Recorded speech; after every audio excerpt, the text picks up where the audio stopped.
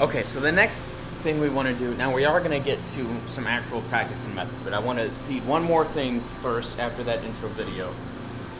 We're going to talk about, so first we talked about some whys in the first video, and we really give you a sense of like, there's something there to find beyond just answers to existential questions you have. You can find these authors and you can discover things about how your brain works. You can discover things about how the world works by seeing what's emerged in literature and what people have grabbed onto, and then how authors have experimented with it. You get their spirit, and then you get their interaction with the world, and then thus a lot of communication about the world.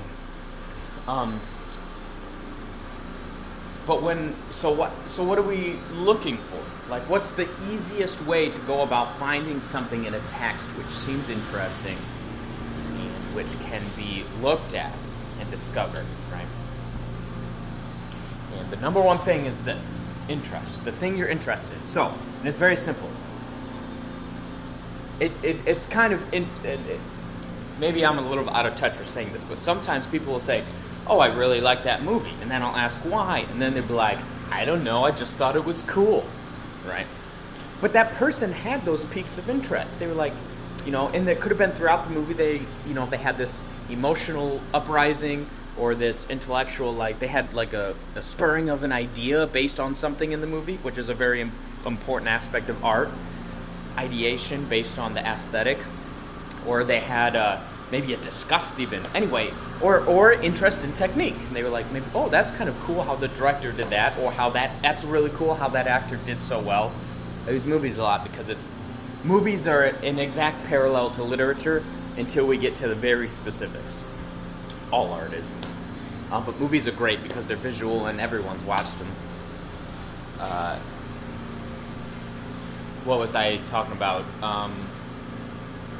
So people get these excited about movies, but then they don't think about it, right? So that's all it is. That's all. We're just taking that next step.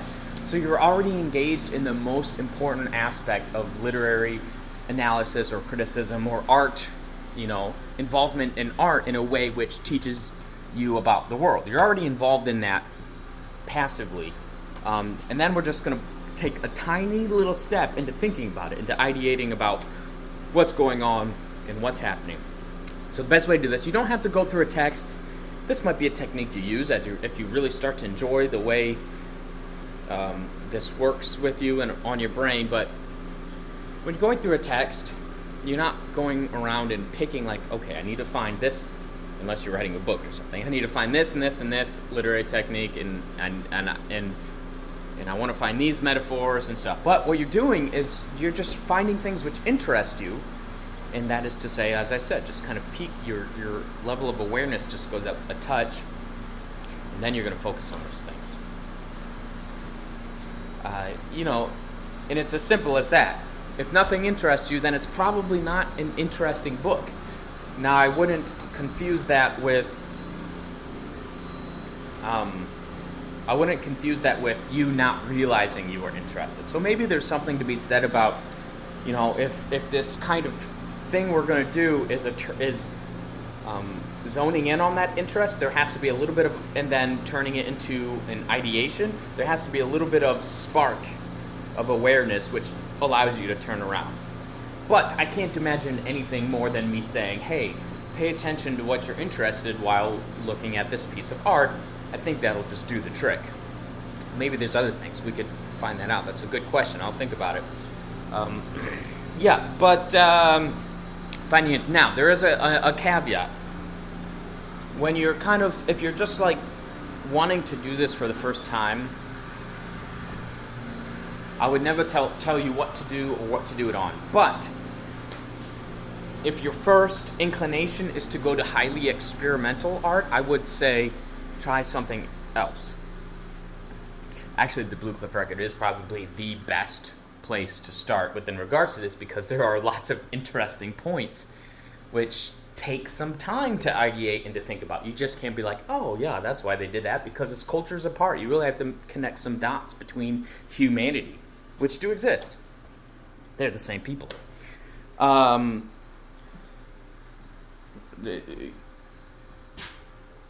wow, I'm really good at going off on the trails, but not good at coming back on. Oop, timer's going off, so I'll wrap it up. The problem with looking at the experimental stuff is that, yes, things might pique your interest, but the more clear and intentional and obtuse an experiment gets within a structure way, like the way something is formed, the way a movie is narrated, like why is this guy talking directly to the audience, or none of the scenes match up, they don't line up, think of Lynch's movies and stuff like that.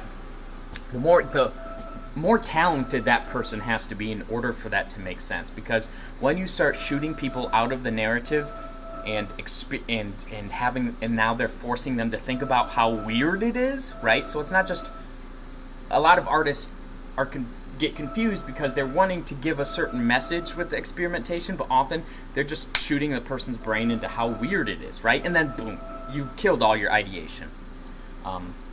So, maybe instead of staying away from those things, I would just caution you and be like, hey, if you're going to start ideating, then, hey, go start with, when you get to those experimental things, just think about